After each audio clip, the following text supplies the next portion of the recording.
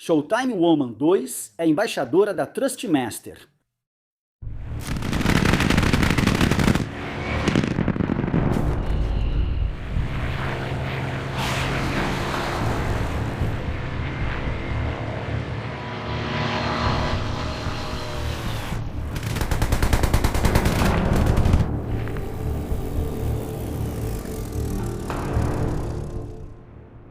Olá a todos! Aqui é o Showtime 112. O Messerschmitt 163, conhecido como Cometa, foi o único avião de caça operacional movido a foguete na história. Era mais uma Wunderwaffe, ou arma milagrosa, um equipamento tecnologicamente avançado com o qual os alemães tentaram combater a superioridade numérica dos aliados. Como outros projetos de aeronaves alemãs do fim da guerra, há muitos vídeos no YouTube, mas poucos trazem informações reais sobre seu histórico de combate. Então é nisso que vamos focar, dando apenas detalhes básicos sobre o desenvolvimento e desempenho. Os experimentos com voo a foguete começaram bem antes da propulsão a jato. Alexander Lippisch, o projetista do Comet, na verdade já experimentava com o planador movido a foguete em 1928.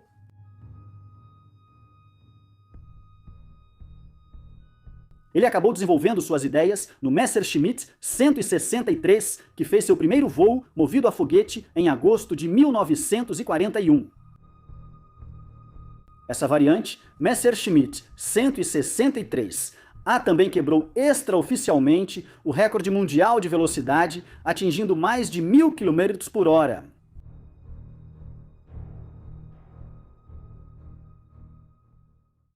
Este vídeo é patrocinado por World of Tanks, um jogo gratuito com mais de 800 tanques e veículos blindados, incluindo caça-tanques e artilharia.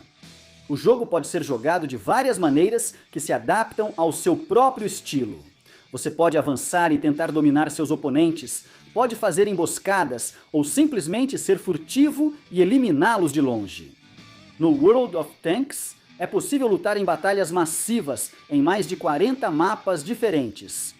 Existem campos abertos, colinas íngremes, florestas, desertos e zonas urbanas.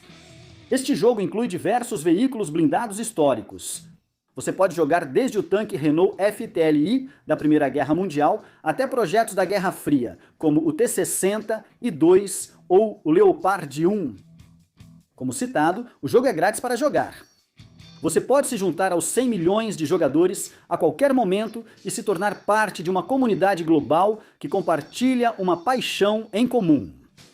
Modelos autênticos e detalhes realistas fazem você se sentir um verdadeiro comandante de tanque. Escolha seu veículo favorito, ganhe experiência, modifique e melhore para superar os desafios do jogo. Se você é um novo jogador, não deixe de clicar no link na descrição do vídeo. Você vai ganhar 7 dias de conta Premium, 250 mil créditos e Cromwell será um tanque de nível 6, além de mais 3 tanques de aluguel para 10 batalhas cada.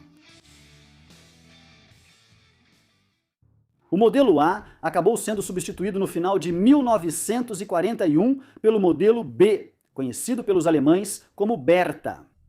Bertha era muito mais otimizada para a produção em larga escala e foi projetada para entrar em serviço operacional. No entanto, isso levaria anos. O maior problema do Cometa era seu motor foguete movido por 2 produtos químicos líquidos.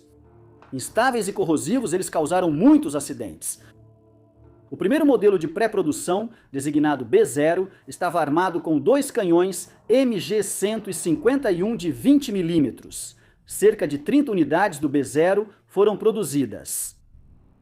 A subvariante posterior B1 tinha 2 canhões Mark 108 de 30 mm mais potentes. Ambas as variantes entraram em combate. O desempenho do Messerschmitt 163 superava em muito o das aeronaves convencionais movidas a hélice. Após a decolagem, ele descartava o carrinho que usava no lugar do trem de pouso e subia até 12 mil metros ou 39 mil pés em apenas 3 minutos. Após estabilizar o voo, o cometa acelerava para cerca de 880 km por hora ou 550 milhas por hora. O combustível do foguete era consumido rapidamente, limitando o raio de combate a cerca de 32 quilômetros e tornando o caça adequado só para defesa pontual. No entanto, se guiados com precisão contra formações de bombardeiros, os pilotos do cometa ainda tinham energia suficiente para fazer várias passagens contra bombardeiros leves, mesmo sem potência. Em abril de 1942, o cometa foi designado para o Erprobungskommando 16, a unidade responsável pelos testes operacionais. A unidade era comandada pelo Major Wolfgang Spetter, um as com 79 vitórias.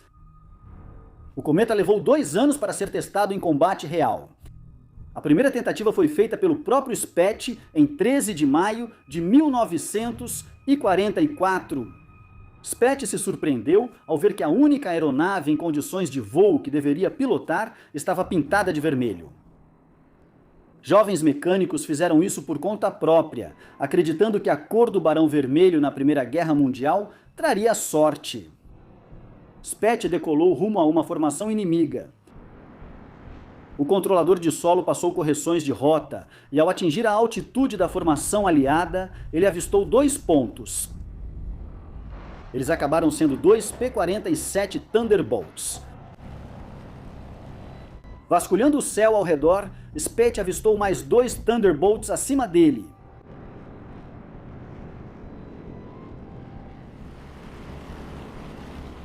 Para deixar os caças inimigos à frente, ele fez manobras em zigue-zague.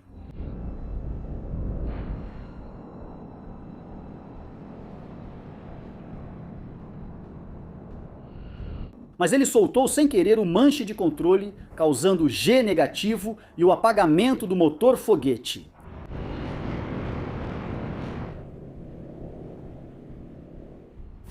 Nessa situação, o motor não podia ser religado por 2 minutos, e Spetter estava em perigo, sem potência e com caças inimigos próximos.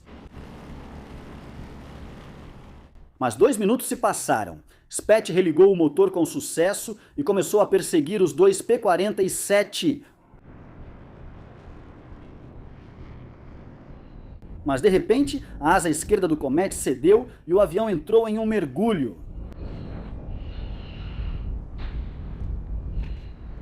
Tentando retomar o controle, Spetter causou instabilidade lateral e vibração, resultando em mais forças G negativas. O motor foguete apagou novamente. O Messerschmitt 163 aparentemente excedeu seu limite marcado, resultando na perda de sustentação na asa esquerda. Spetter pousou em segurança em Bad Suisenheim. Houve outra interceptação mal sucedida, desta vez de um Spitfire de reconhecimento em 29 de maio de 1944. Em 30 de maio, os aliados bombardearam com sucesso Bad Suisenheim, destruindo uma das aeronaves Comet do Erprobungskommando e danificando mais 5.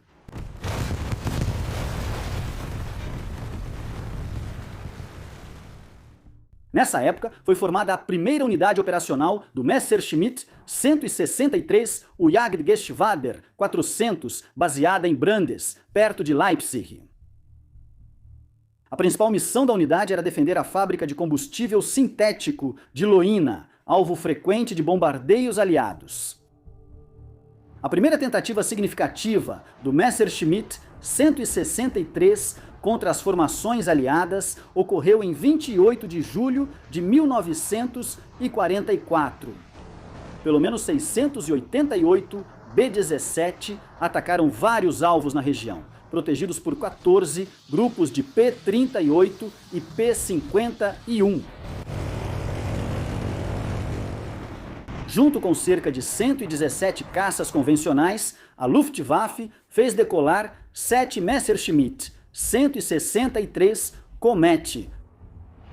Os relatos dos aliados trazem detalhes do envolvimento deles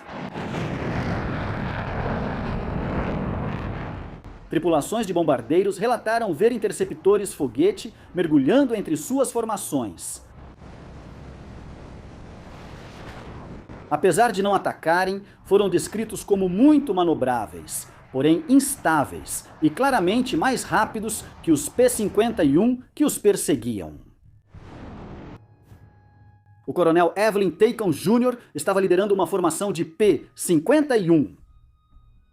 Após o ataque dos B-17, um piloto de Mustang alertou sobre rastros de condensação a 2.100 metros de altura e 8 quilômetros de distância. O coronel Tacon logo percebeu que os contatos eram a jato. Ele mandou seu esquadrão descartar os tanques de combustível e perseguir os caças inimigos. Tacon observou os dois Comets e considerou excelente a taxa de rolagem deles. Porém, o raio de curva deles era muito amplo. Os caças alemães desistiram do ataque aos bombardeiros e passaram a atacar os Mustangs. Eles passaram sob a formação de Tacon antes que os pilotos dos Mustangs pudessem mirar. Tacon fez um split S e foi atrás dos Comets.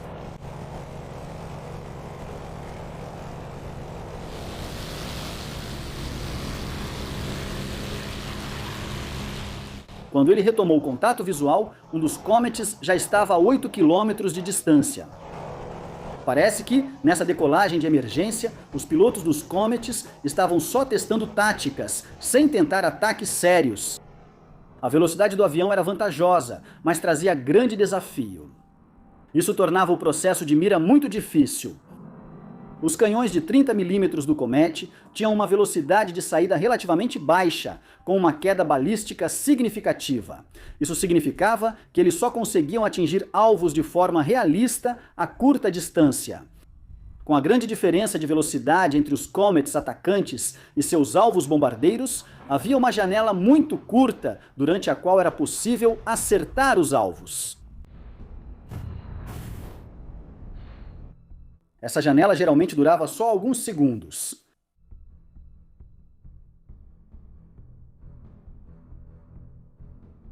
Os Comets do Jagdgeschwader 400 estavam novamente no ar no dia seguinte, 29 de julho. Desta vez, eles tiveram um encontro próximo com os caças P-38, Lightning do grupo de caça 479. O capitão Arthur Jeffrey, futuro as, com 14 vitórias, liderava um voo de P-38. Enquanto Jeffrey e seu grupo cobriam a retirada dos B-17 sobre a Holanda, ele avistou um avião isolado ficando para trás da formação. Jeffrey notou que o bombardeiro estava muito danificado e seguia para noroeste, o que o afastaria totalmente da Inglaterra. Ele e o esquadrão avaliaram os danos apoiando o bombardeiro e auxiliando na navegação. Apesar de o P-38 não se parecer com caças alemães, a tripulação inexperiente e estressada do B-17 abriu fogo contra os caças americanos ao se aproximarem.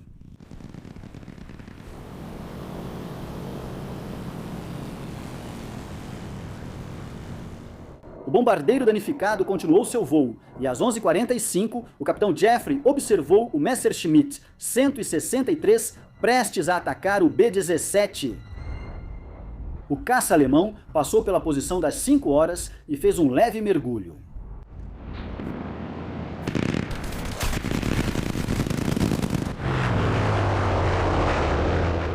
Em seguida, ele fez uma subida íngreme, zigue-zagueando pelo caminho, como se o piloto estivesse tentando ver atrás deles.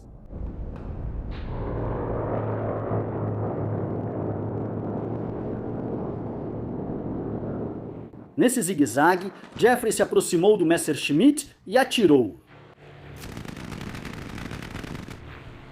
Ele observou os disparos acertando o alvo.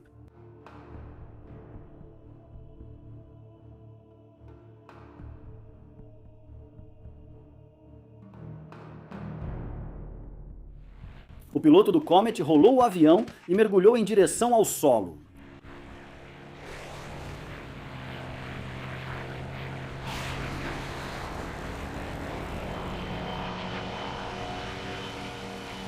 Jeffrey seguiu. Ele seguiu atirando no Comet, mas depois puxou o manche, nivelando o avião a cerca de 100 metros do solo e chegou a desmaiar.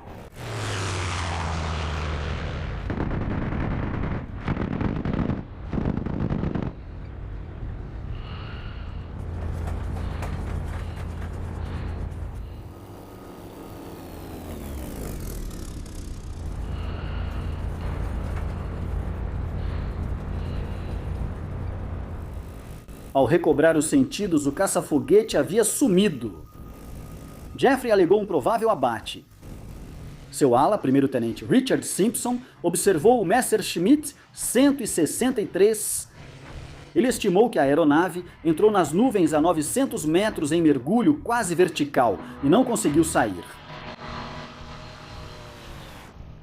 Embora os registros alemães não mostrem nenhuma perda de Comet naquele dia, nem indiquem o piloto envolvido no duelo com o capitão Jeffrey, a provável abate foi confirmada depois. Isso torna a reivindicação de Jeffrey a primeira vitória oficialmente confirmada de um caça aliado sobre um avião alemão a jato ou foguete. Foi a segundo abate de Jeffrey, e ele conseguiria mais 2 no P-38, além de mais 10 no P-51. Esta foi a parte 1 do nosso vídeo sobre o Messerschmitt 163 Comet em combate. Até agora, o sucesso escapava ao caça alemão movido a foguete. Veja a parte 2 para saber se a sorte do piloto do Jagdgeschwader 400 mudou após esses encontros. Obrigado e continue assistindo ao Showtime 112